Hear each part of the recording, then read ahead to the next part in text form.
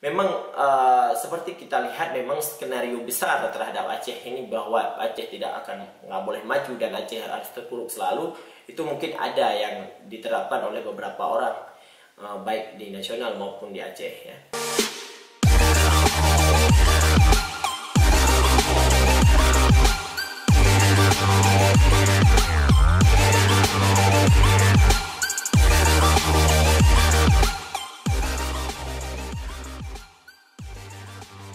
Assalamualaikum warahmatullahi wabarakatuh. Hai sahabat saya inisiatif, hari ini berjumpa lagi dengan saya.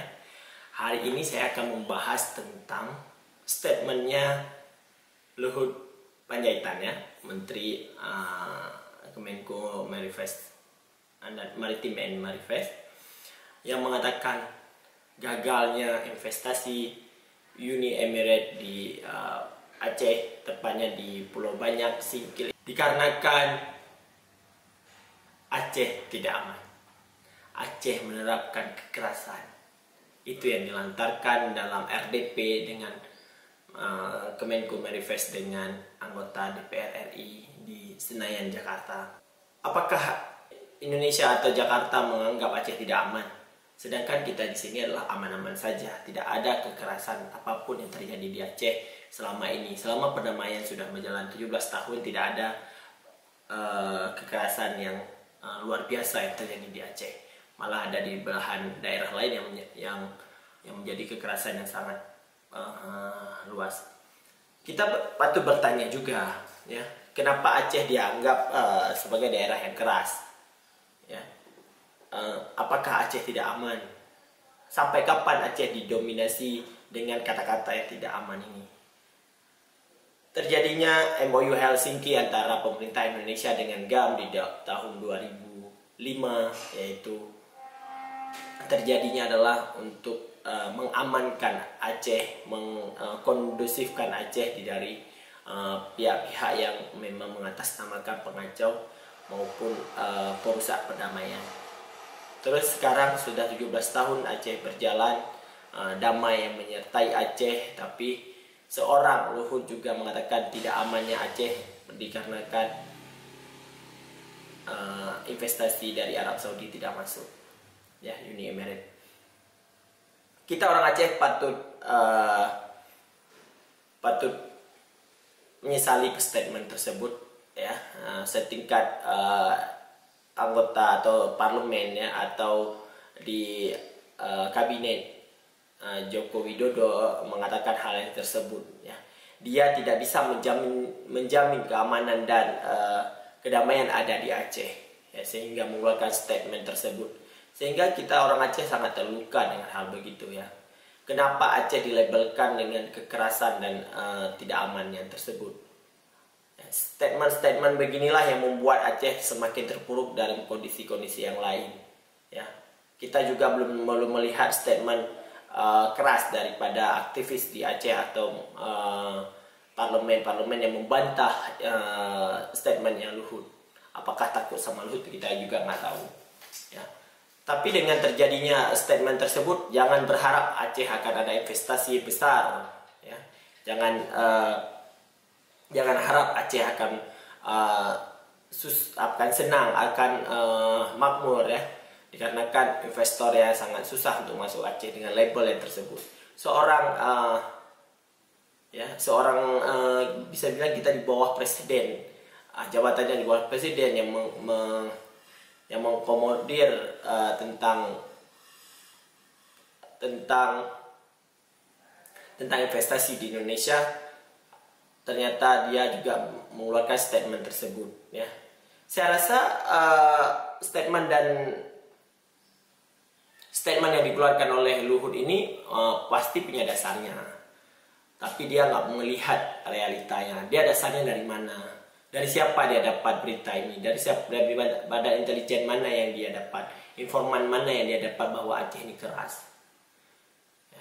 Kalau kita melihat tidak jadinya investor masuk ke Aceh dikarenakan perjalanan jauh dari antara Banda Aceh ke Singkil 12 jam pakai mobil, itu menjadi satu alasan? Saya rasa tidak ya. Saya rasa tidak. Dan 12 jam itu tidak akan menjadi suatu alasan untuk batalnya investasi.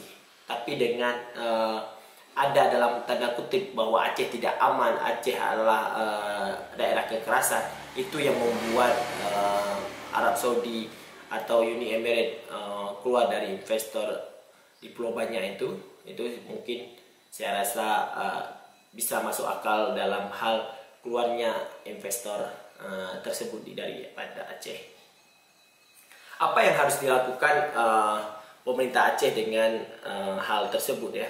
Saya rasa pemerintah Aceh harus melakukan klarifikasi yang mendalam ya dengan realita yang ada di Aceh, bahwa Aceh aman, Aceh damai, Aceh bermasyarakat, Aceh lemah lembut ya. Tidak ada Aceh dalam kekerasan, tidak Aceh tidak damai. Itu harus diklarifikasi atau harus ditunjukkan oleh pemerintah Aceh maupun legislatif, yudikatif dan eksekutif ya. Semua pihak mengatakan harus menyebutkan bahwa Aceh ini aman dan Aceh ini tentram ya.